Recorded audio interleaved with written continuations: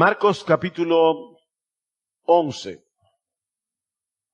Llegaron de nuevo, versículo 27, llegaron de nuevo a Jerusalén, y cuando Jesús andaba por el templo, se le acercaron los principales sacerdotes, los escribas y los ancianos, y le dijeron: ¿con qué autoridad haces estas cosas?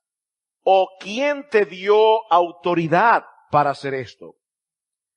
Jesús les dijo: yo también os haré una pregunta. Respondedmela y entonces os diré con qué autoridad hago estas cosas.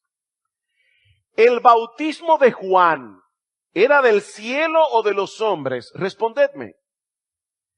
Y ellos discurrían entre sí diciendo: si decimos del cielo, él dirá: entonces, ¿por qué no le creísteis? Mas si decimos de los hombres, pero temían a la multitud, porque todos consideraban que Juan verdaderamente había sido un profeta. Y respondiendo a Jesús, dijeron: no sabemos. Y Jesús les dijo: tampoco yo os diré con qué autoridad hago estas cosas. Cuando llegamos a esta porción del Evangelio de Marcos, por cierto, una de mis favoritas, nos estamos acercando al final del ministerio terrenal de nuestro Señor Jesucristo. Toda esa tensión que se había acumulado con la clase religiosa de Israel a lo largo de su ministerio estaba a punto de estallar. Y la gota que rebasó el vaso fue la purificación del templo de Jerusalén, que fue el lunes de esa semana, cuando Jesús los acusó de haber convertido la casa de Dios, a los líderes religiosos, los acusó de haber convertido la casa de Dios en una cueva de ladrones. Estos hombres llegaron a la conclusión de que no tenían más alternativa que acabar con Jesús. Y dice en Marcos capítulo 11, versículo 18, inmediatamente después de la purificación del templo, que los principales sacerdotes y los escribas buscaban cómo destruirle, pero le tenían temor a la reacción del pueblo, porque muchos parecían estar fascinados con las enseñanzas de Jesús. Y aunque Marcos no lo dice explícitamente, todo luce indicar que ese mismo día estos hombres se reunieron y se pusieron de acuerdo para hacer caer a Jesús en una trampa, para poder acusar a Jesús de ser un blasfemo. Porque al día siguiente, martes, en la mañana, tan pronto Jesús aparece en el templo, llegaron todos juntos. ¡Qué casualidad! Y todos con preguntas sumamente capciosas. Dice en el versículo 27, llegaron de nuevo a Jerusalén, o sea, Jesús y los discípulos, y cuando Jesús andaba por el templo, se le acercaron los principales sacerdotes, los escribas y los ancianos, todos juntos. Y todos con preguntas difíciles. Estos hombres que Marcos menciona en el versículo 27 son los que conformaban el Sanedrín. Era algo así como la Suprema Corte de Israel en aquellos días. Eran hombres que tenían un enorme poder y eran súper sensibles a todo lo que pudiera poner en juego su influencia espiritual y aún política en la nación. En el texto paralelo de Lucas dice que en ese momento Jesús estaba enseñando la palabra. Eso es un detalle interesante. Cuando ellos llegaron, Jesús estaba enseñando la palabra y anunciando el evangelio, dice Lucas. Qué increíble, ¿verdad, hermanos? El más grande predicador en la casa de Dios estaba ese día predicando el mensaje de salvación. Como dice John MacArthur, por un día el templo le perteneció. Por un día era su aula, era su púlpito, era la casa de Dios por un día. Y por un día, la verdad, resonaría en los patios de aquel templo donde no habían sonado durante cientos de años. La verdad, dice MacArthur, reinaría en el templo por un día. Pero estos hombres no tenían ningún interés en conocer la verdad. Lo único que les interesaba era mantener su posición de influencia. Y yo espero que hay algunos aquí que aunque hayan entrado con ese espíritu a este lugar, no salgan así. Personas que no quieren la autoridad de Jesús. Ellos quieren el cielo, pero no quieren la autoridad de Jesús. Personas que al igual que yo, cuando tenía casi 18 años y visité por primera vez una iglesia y oí la palabra, le dije a las personas que estaban allí, yo voy a seguir viniendo, pero que conste que yo nunca me voy a convertir. Hay personas sentadas aquí que tienen ese espíritu. Como los fariseos, como los ancianos, como el Sanedrín. La supervivencia de su liderazgo espiritual dependía de acabar con Jesús. No había alternativa. Así que a partir de este momento, Marcos 11, 27, hasta el final del capítulo 12, veremos una serie de confrontaciones donde estos hombres están tratando de incriminar a Jesús con sus propias palabras, una pregunta tras otra, pero sin ningún interés de conocer la respuesta. Su único objetivo era acabar con Jesús. Y eso nos lleva de la mano a la primera parte de la historia, que podemos llamar la confrontación. La confrontación, dice en el versículo 28, que todos esos miembros del Sanedrín rodearon a Jesús y le dijeron, ¿con qué autoridad haces estas cosas? ¿O quién te dio la autoridad para hacer esto? Y probablemente se estaban refiriendo a lo que había sucedido en el templo en el día anterior. ¿Quién te crees que eres para venir a la casa de Dios y sacar de allí a los mercaderes, a los cambistas, que nosotros, la suprema autoridad de Israel, hemos autorizado para estar ahí? ¿Quién eres tú? ¿Quién te crees tú que eres? ¿Dónde están tus credenciales para hacer ese tipo de cosas? En otras palabras, estos hombres le estaban preguntando a Jesús dos cosas. Le estaban preguntando acerca de la naturaleza de su autoridad y le estaban preguntando acerca de la fuente u origen de su autoridad. Ahora, nosotros podemos decir a favor de los miembros del Sanedrín que las dos preguntas eran muy pertinentes. Ellos hicieron dos buenas preguntas. De hecho, cuando alguien se enfrenta con la persona de Jesús y observa con atención todo lo que él hacía, observa con atención todo lo que él decía, tarde o temprano debería preguntarse eso mismo. ¿Qué tipo de autoridad es esta? ¿Y cuál es la fuente de esa autoridad? La palabra autoridad tiene que ver con el derecho o libertad de una persona para actuar, para tomar decisiones o para imponerlas sobre otros, aún valiéndose de la fuerza si fuera necesario. Eso es autoridad. O sea, no se trata de poder. Ellos no están preguntando a Jesús, ¿con qué poder tú haces eso? No. No se trata de poder, no se trata de capacidad. Se trata de derecho. Una persona puede tener el poder o capacidad de hacer algo, pero no tener la autoridad para hacerlo.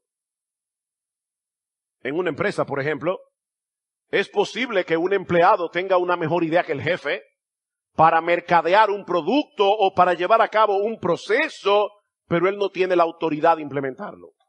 El jefe sí. Él tiene la capacidad, pero no tiene la autoridad. También puede darse el caso contrario. Un hombre puede tener autoridad, pero no puede hacerla valer. Y eso es muy común. Los padres tienen autoridad sobre los hijos mientras dependan de ellos, mientras vivan bajo su techo. Pero mis hermanos, ¿no es verdad que en muchos hogares los padres no pueden ejercer esa autoridad? ¿No es verdad, mis hermanos, que en muchos hogares son los hijos los que mandan?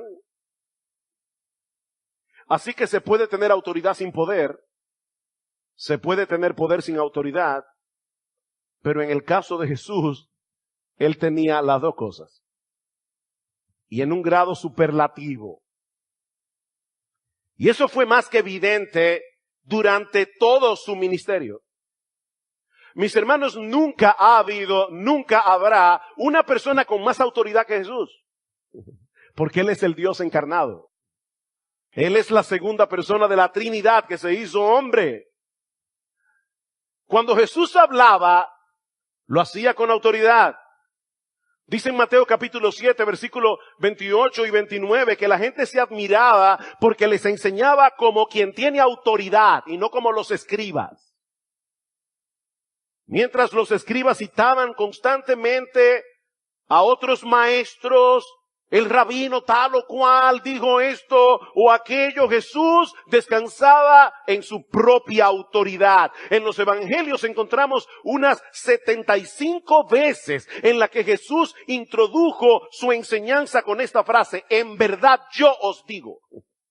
Y yo no tengo que citar a nadie. En verdad yo os digo, y en muchas ocasiones corregía las interpretaciones tradicionales de las Escrituras que los supuestos expertos de Israel tenían. Oísteis que fue dicho, pero yo os digo. Jesús no solo clamaba tener la interpretación definitiva de la Biblia, sino que en una ocasión, Juan 14:6, Él llegó a decir que Él era la verdad encarnada. ¡Qué declaración! Yo soy el camino, la verdad y la vida. Nadie viene al Padre sino por mí. No que Él fuera un maestro de la verdad, no que Él fuera una fuente confiable de verdad. Lo que Jesús está diciendo es que Él era la verdad. Yo soy la verdad. Todo el que está de acuerdo conmigo está en la verdad. El que no está de acuerdo conmigo está en el error. El que no está de acuerdo conmigo está equivocado. Jesús hablaba con autoridad. Y de paso, mis hermanos, a aquellos que están aquí que profesan ser cristianos, ¿saben qué es lo que distingue a un creyente? Que es una persona que reconoce esa autoridad. Y cuando un predicador se para en el púlpito a predicar la palabra de Dios, él está hablando con autoridad. Porque él me está hablando con su autoridad. Yo no tengo autoridad.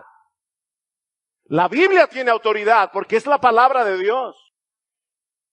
Y cuando la palabra de Dios es fielmente expuesta y mi corazón engañoso comienza a argumentar con la Biblia, yo tengo que decirme a mí mismo: no sea Dios veraz y todo hombre mentiroso, incluyéndote a ti mismo. Jesús hablaba con autoridad. Pero Él también decía tener autoridad para perdonar pecados. ¿Recuerdan cuando bajaron al paralítico en Marcos capítulo 2 por el techo y Jesús le dijo: yo te perdono tus pecados, yo te perdono tus pecados?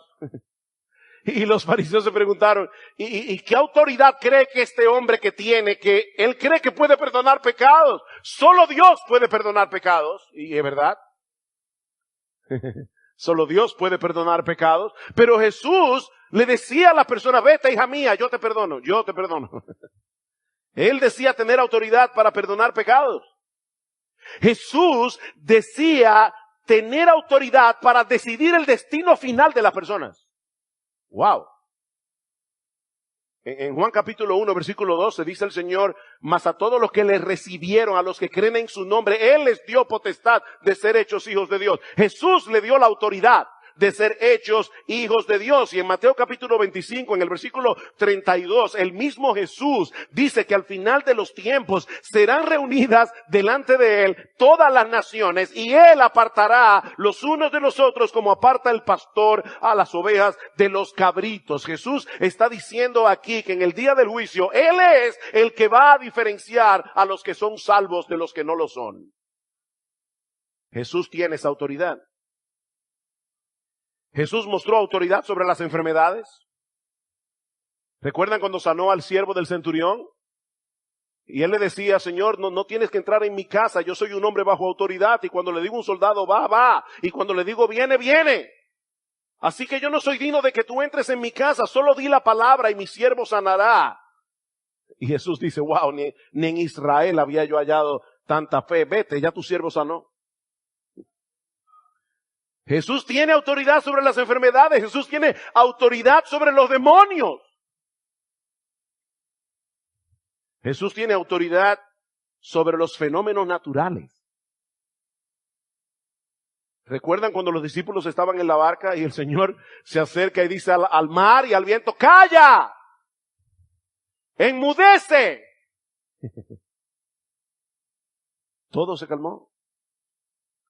Y los discípulos se preguntaron, ¿y qué hombre es este?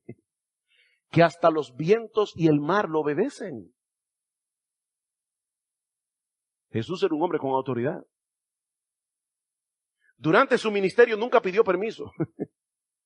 Nunca pidió permiso a ninguna autoridad terrenal para hacer absolutamente nada. Jesús nunca consultó con los fariseos,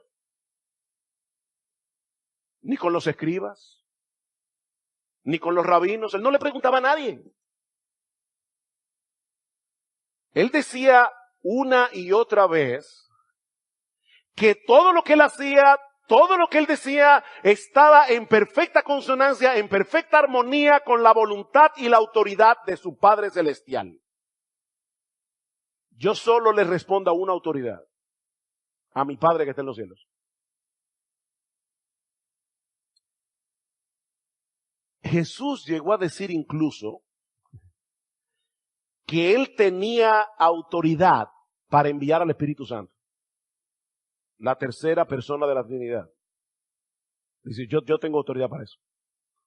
En Juan capítulo 15, versículo 26, le dice a los discípulos, pero cuando venga el Consolador, a quien yo enviaré del Padre, yo os enviaré del Padre, el Espíritu de verdad, el cual procede del Padre, pero que yo voy a enviar, Él dará testimonio acerca de mí. Wow. Esas son palabras mayores. Yo soy el que voy a enviar al Espíritu Santo para que Él dé testimonio acerca de mí. De manera, mis hermanos, que estas dos preguntas que plantearon los miembros del Sanedrín eran muy pertinentes. ¿Cuáles son tus credenciales para hacer todo lo que haces? Para enseñar todo lo que enseñas. ¿De dónde viene esa autoridad? El problema es que ellos no estaban interesados en conocer la respuesta. Lo que ellos querían era atrapar a Jesús. Era atrapar a Jesús. Ellos esperaban que Jesús les respondiera francamente, mi autoridad viene del Padre. Yo no necesito vuestra autorización porque a mí me autorizó Dios. Mi autoridad viene del cielo directamente.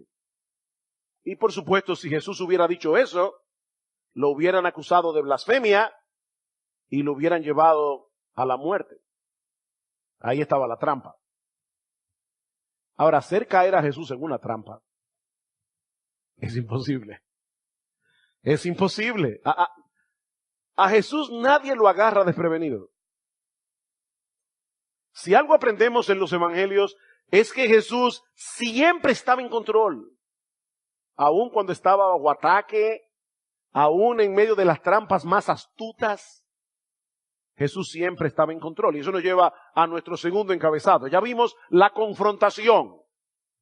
Veamos ahora en segundo lugar la prueba de fuego. Versículo 29. Jesús le dijo, yo también os haré una pregunta. Respondedmela y entonces os diré con qué autoridad yo hago estas cosas. Genial. En vez de caer en la trampa, de repente el Señor los pone entre la espada y la pared. Dígame una cosa, ¿el bautismo de Juan era del cielo o era de los hombres? En otras palabras, ¿era Juan un verdadero profeta o un individuo común y corriente que le dio de repente con predicar y bautizar? Yo le decía al principio que este es uno de mis pasajes favoritos de Marcos.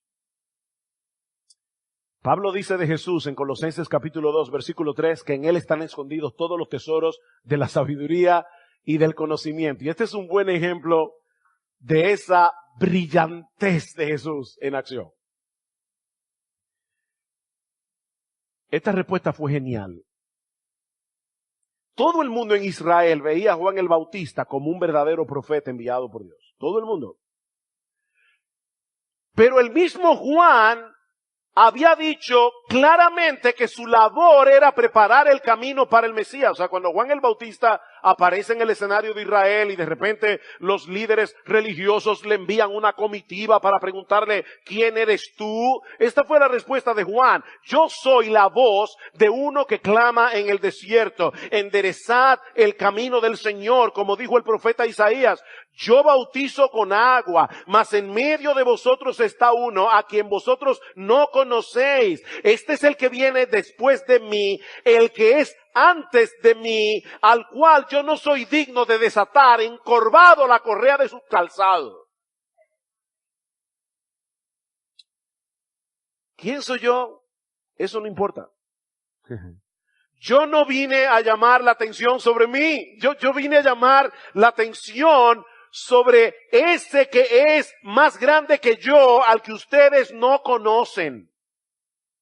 Y al otro día, Juan el Bautista está allí conversando con sus discípulos y a lo lejos ve a la persona de Jesús. Y Juan el Bautista le dice a los discípulos en Juan capítulo 1, versículo 29, he ahí el Cordero de Dios que quita el pecado del mundo. He ahí el Cordero de Dios. No me miren a mí. No me miren a mí, mírenlo a él. De hecho, en un momento dado, Juan el Bautista dijo, es necesario que él crezca, pero que yo mengüe. Yo tengo que desaparecer, porque lo importante es Jesús. Así que, mis hermanos, el ministerio de Juan el Bautista iba de la mano con el ministerio de Jesús. No se podía aceptar a Juan como un verdadero profeta y rechazar a Jesús como el Mesías. Esto era un paquete todo incluido. De manera que Jesús no está evadiendo la respuesta de los fariseos con esta pregunta. No. En una forma indirecta, Él estaba respondiendo su pregunta. ¿Qué piensan ustedes acerca del bautismo de Juan? Porque si su bautismo provenía del cielo, mi autoridad también. Ahí está vuestra respuesta. Pero si él no era un profeta enviado por Dios, tampoco mi ministerio tiene ninguna validez. Entonces dígame, ¿el bautismo de Juan era del cielo o era de los hombres? Así que de repente los miembros del Sanedrín se encontraron en un tremendo problema. Dice en el versículo 31, y ellos discurrían entre sí. Como eso es una palabra muy fina, lo que quiere decir es que ellos dijeron, time out. Alto la acción. Chicos, vamos a hablar. Tenemos un problema. Houston, we have a problem. Ahora, esto es increíble de verdad porque los miembros del Sanedrín estaban bien divididos. Bien divididos. En el Sanedrín los sacerdotes estaban por un lado, los escribas y los fariseos estaban por el otro. Eran dos bandos irreconciliables. Y ahora están juntitos, dialogando, porque tenían un problema común. Jesús era el problema. Tenían un problema común. Así que ellos deciden apartarse por un momento para ponerse de acuerdo en la respuesta. Eran ellos ahora los que estaban en la silla caliente. Porque si decían que el bautismo de Juan era del cielo, Jesús les iba a decir, y entonces, ¿por qué no le creísteis? Si ustedes aceptan el hecho de que Juan el Bautista es un verdadero profeta enviado por Dios, y él llamaba a la gente para que se arrepintieran de sus pecados, para que se bautizaran como un símbolo de su arrepentimiento, y para que creyeran en mí, ¿por qué ustedes me rechazan? ¿Por qué rehúsan aceptarme como el Salvador de los pecadores? Si admitían el bautismo de Juan como algo que venía del cielo, ellos se estaban incriminando a sí mismos por no creer en Jesús. Pero tampoco podían decir que el bautismo de Juan era de los hombres, porque iban a tener un serio problema con toda esa gente. dice en el versículo 32, porque todos consideraban que Juan verdaderamente había sido un profeta. En el texto paralelo, en Lucas capítulo 20, versículo 6, dice que ellos tenían temor de que el pueblo los apedreara porque estaban persuadidos de que Juan era un profeta. En otras palabras, lo que ellos están diciendo es, si nosotros decimos que el bautismo de Juan era de los hombres, el cargo de blasfemia será contra nosotros por haber desacreditado a un verdadero profeta de Dios. ¿Ven el problema? Y no olviden que para los miembros del Sanedrín, la reputación lo era todo. Ellos amaban la gloria de los hombres. Ellos amaban ser el centro de atención. Si perdían eso, lo perdían todo.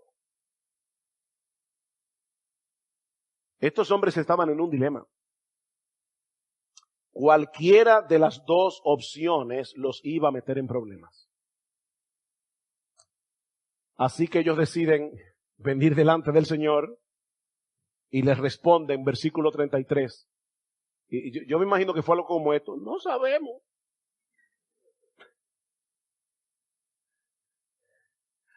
No sabemos. Ahora, esa tampoco fue una salida fácil, porque ¿cómo es posible que estos hombres, los miembros del Sanedrín, que estaban supuestos a velar por la vida espiritual de la nación, los expertos en asuntos religiosos, ahora digan no tener ninguna opinión con respecto al bautismo de Juan?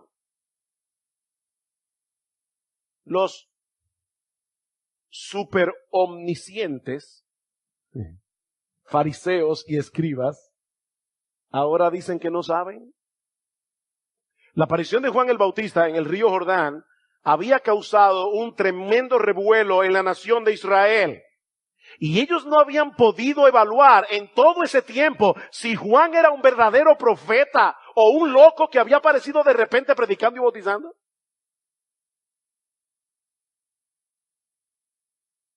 Pero no tenían otra alternativa. ¿Saben, mis hermanos, que cuando los hombres se quedan sin respuesta, la única salida que tienen es alegar ignorancia?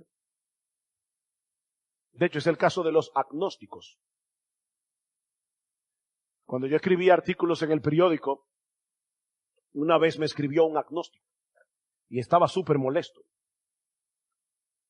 por algo que yo había dicho. Y yo le escribí una carta, lo más amable que pude, porque debe ser amable. Yo no lo insulté, pero sí le dije, mira, yo no sé si tú sabías que la palabra agnóstico es una palabra griega que significa en español ignorante. Así que si tú reconoces que tú eres ignorante, deberías tener la humildad de aceptar que es posible que haya personas que sepan lo que tú no sabes. Y por lo tanto deberías tener un espíritu más enseñable. Suena muy bonito. Yo soy agnóstico. ¿Sabes? Qué bien que tú reconoces que eres un ignorante. Entonces déjame enseñarte. No, pero el agnóstico ni sabe ni quiere saber. Él ni sabe ni quiere saber. Esa es la acusación de Pablo en el capítulo 1 de su carta a los Romanos. Pablo dice, Dios ha dejado en la creación suficientes pruebas de su existencia y ha dado al hombre la capacidad de interpretar correctamente esas evidencias, pero el hombre en su rebeldía ha decidido suprimir la verdad para no tener que reconocer que Dios es Dios. Yo no sé. Hacerse el tonto. Yo no sé. En otras palabras, mis hermanos, el hombre incrédulo sufre de una terrible deshonestidad intelectual.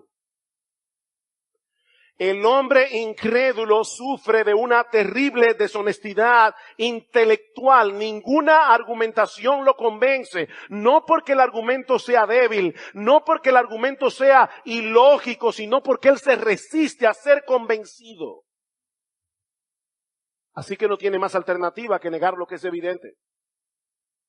Estos líderes religiosos en Israel alegaban ignorancia, no por humildad. No es que eran tan humildes, no. No, ellos alegaban ignorancia para no tener que enfrentar la realidad de que el bautismo de Juan era del cielo y que Jesús era el Mesías. Su problema no era que no supieran la respuesta, su problema era que no querían saberla. Ese era su problema. Pero mi amigo, déjame decirte algo, la deshonestidad intelectual tiene consecuencias. La deshonestidad intelectual tiene consecuencias y eso nos lleva a nuestro tercer y último encabezado. Ya vimos la confrontación, ya vimos la prueba de fuego, veamos ahora las palabras de condenación. Versículo 33 una vez más, respondiendo a Jesús, dijeron, no sabemos, y Jesús dijo, tampoco yo os diré con qué autoridad hago estas cosas. En otras palabras, ya que ustedes tomaron la decisión de ir en contra de toda evidencia, ya que decidieron resistir a la verdad, no tiene caso seguir argumentando con ustedes. Se acabó. Se acabó. No tengo nada más que decirles acerca de esto. Se acabó. Mi amigo, déjame decirte algo. Jugar con la verdad es peligroso. Y de verdad, yo digo esto con el corazón en la mano, sobre todo a jóvenes que probablemente nacieron en esta iglesia, jóvenes que se han criado aquí, jóvenes que domingo tras domingo, tras domingo, tras domingo escuchan la palabra de Dios predicada, la verdad de Dios revelada en su palabra. Joven, te lo digo con el corazón en la mano, jugar con la verdad tiene un precio. Es peligroso. Hay un momento en que de tanto rechazar la luz del evangelio, esa luz se va para siempre.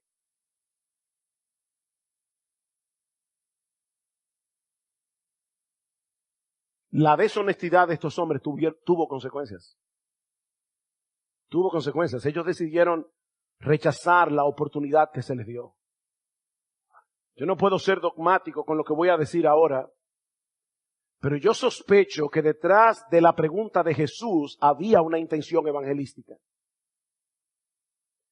Yo sospecho que detrás de la pregunta de Jesús había una intención evangelística. Piensen en esto, mis hermanos. El Señor conoce el corazón de los hombres. Jesús pudo haberles dicho desde el principio que todos ellos eran unos hipócritas, que ellos no querían conocer la verdad y por lo tanto no tengo nada que decirles. Jesús hubiera podido rehusar hablar con ellos desde el principio, pero no lo hizo. Y la pregunta es ¿por qué? Bueno, Marcos no lo dice, pero yo creo que podemos aventurarnos a decir dos cosas con respecto a esto.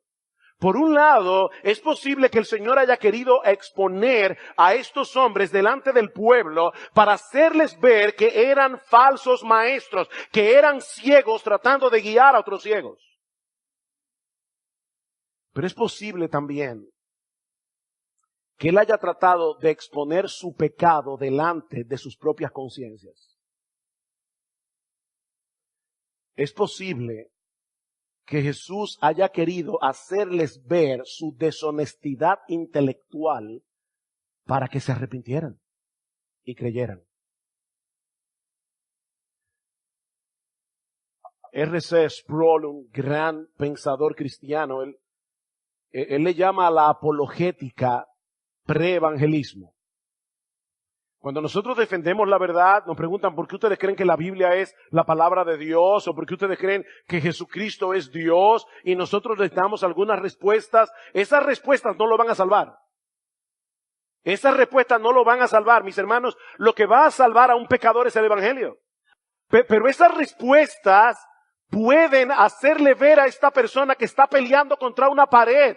Puede hacerle ver a esta persona que el hecho de estar negando la verdad de Dios revelada en su palabra es una deshonestidad intelectual y el Espíritu de Dios puede usar eso para hacerle ver su pecado y llevarlo a Cristo. Repito, yo no puedo ser dogmático en cuanto a esto, pero es posible que el Señor los estuviera evangelizando. Es posible que el Señor les estuviera dando otra oportunidad Pero ellos la rechazaron. Ellos endurecieron su corazón. Y la verdad encarnada decidió dejarlos en su justa condenación.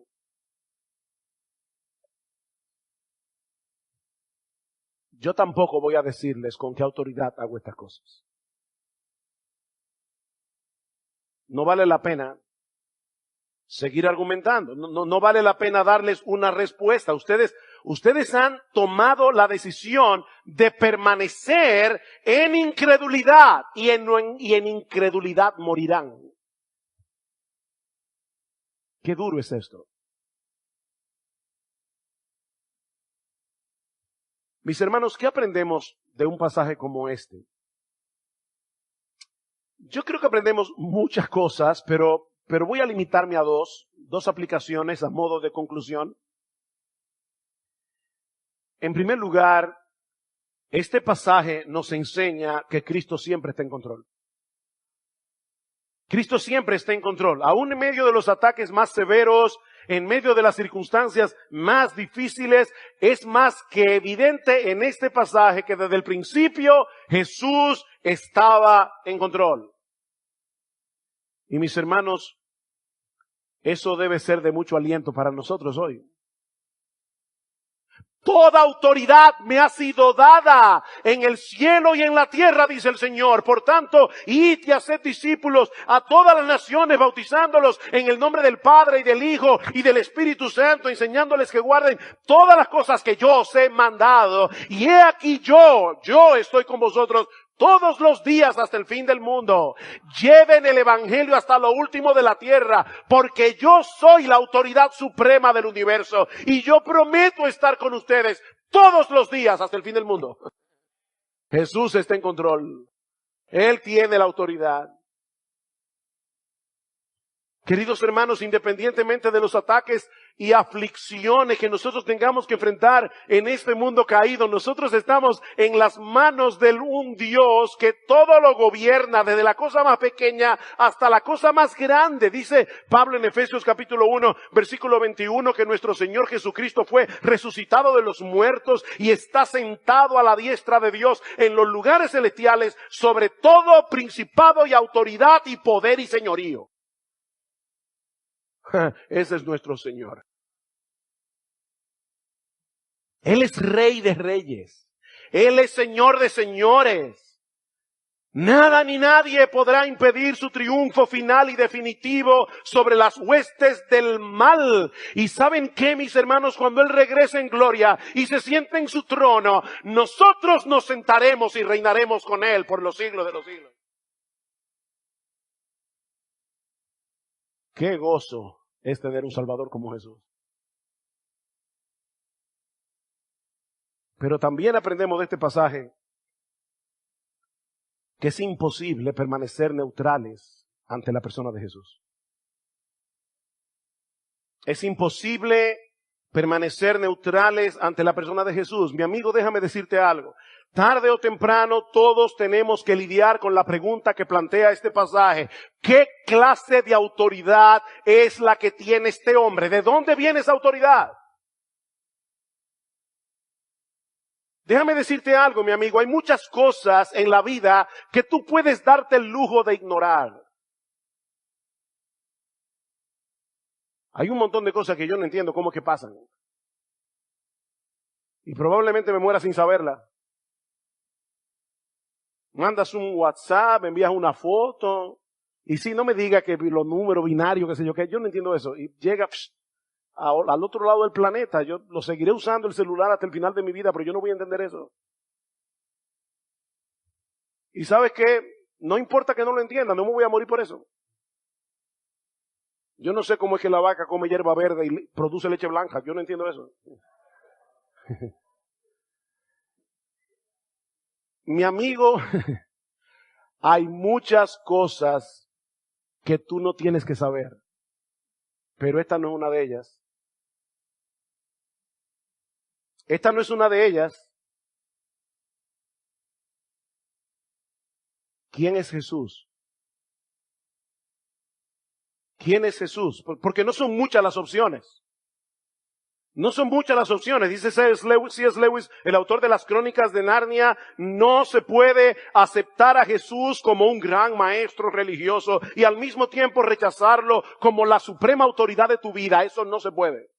No se puede, dice Lewis, podéis hacerle callar por necio, podéis escupirle y matarle como si fuera un demonio, o podéis caer a sus pies y llamarle Dios y Señor. Pero no salgamos con insensateces paternalistas acerca de que Él fue un gran maestro moral, porque Él no nos dejó esa alternativa.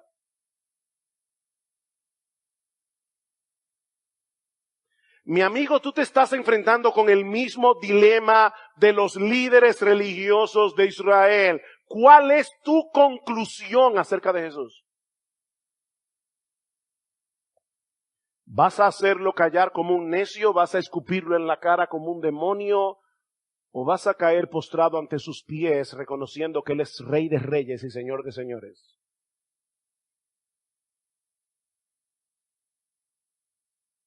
Porque la neutralidad no es una opción. La neutralidad no es una opción. De hecho, si tú decides no hacer nada, ya estás haciendo algo. Si tú sales de este lugar y decides, yo no voy a preocuparme por eso, ya lo hiciste. Ya rechazaste a Jesús. Ya tú estás tomando una decisión. Ya lo estás escupiendo en la cara. ¿Qué vas a hacer con Jesús? Porque con Él es todo o nada. Todo o nada. De paso, aquí hay dos grupos de personas solamente, dos grupos, los que aceptan la autoridad de Jesús, los que no aceptan la autoridad de Jesús, pero también hay un grupo más peligroso. Y son los que dicen aceptar la autoridad de Jesús, pero no hacen lo que Él dice.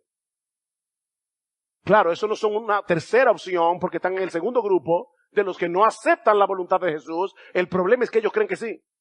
Y por eso Cristo tuvo que decirle a un grupo de personas, ¿por qué me llamáis Señor, Señor y no hacéis lo que yo digo? ¿Por qué cuando se predica la palabra en el púlpito, esa palabra no marca tu vida? ¿Por qué tú estás aquí sentado diciendo que tú eres cristiano, escuchas la palabra de Dios domingo tras domingo, domingo tras domingo, pero te entra por un oído y te sale por el otro? ¿Tú crees de verdad que tú vas camino al cielo? Porque un día profesaste ser cristiano.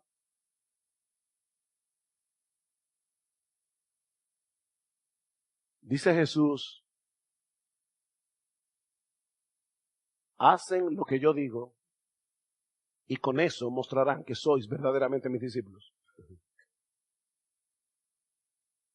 Él mismo dijo en una ocasión, el que no está conmigo está contra mí. No se puede pretender neutralidad cuando se trata de Jesús. Ahora, no olvides, mi amigo, no olvides que Él es el único que tiene autoridad para perdonar pecados.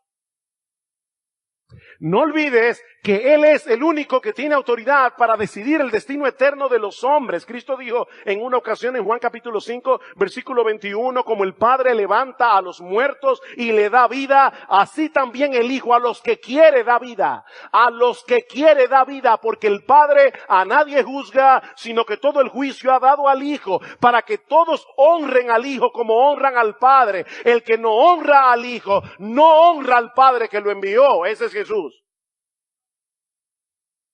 Todo o nada. Mi amigo, no sigas en pie de guerra peleando una batalla que tú no vas a ganar. No sigas en pie de guerra peleando una batalla que es imposible de ganar. Mi amigo, levanta aquí ahora, en esta mañana, levanta tu bandera blanca de rendición. Acepta el hecho incontrovertible de que hay un solo Dios, hay un solo soberano que puede salvar y perder, y no eres tú. Tú no eres ese Dios. Hay un solo Dios. Y hay un solo mediador entre Dios y los hombres, Jesucristo, hombre, dice Pablo. No menosprecies el privilegio que Dios te está dando hoy de escuchar su palabra. No lo menosprecies. Humíllate ante Dios. Reconoce tu pecado. Acepta por medio de la fe su oferta de perdón en Cristo y serás salvo. Serás salvo, mi amigo. No hay mayor desgracia que ser esclavo de tu propio yo. ¿De verdad tú crees que tú eres libre por ser libre de Jesús? No. No, eso es una ilusión. Tú eres un esclavo de tu pecado, tú eres un esclavo de tu propio yo. Y sabes que no hay una bendición más grande que ser un siervo voluntario de nuestro gran Dios y Salvador Jesucristo. La supuesta autonomía del hombre no es otra cosa que una terrible esclavitud. La verdadera libertad le pertenece únicamente a los siervos voluntarios de Jesús. Su autoridad es liberadora. Porque solo a los que el Hijo libertare serán verdaderamente libres. Juan capítulo 8. Jesús mismo dijo, aquel a quien al Hijo liberta, ese será verdaderamente libre. Quiere el Señor que muchos hoy sean liberados de la prisión espiritual en que se encuentran. Al poner su confianza, toda su confianza, únicamente en Jesús, que muchos de aquí salgan hoy perdonados y liberados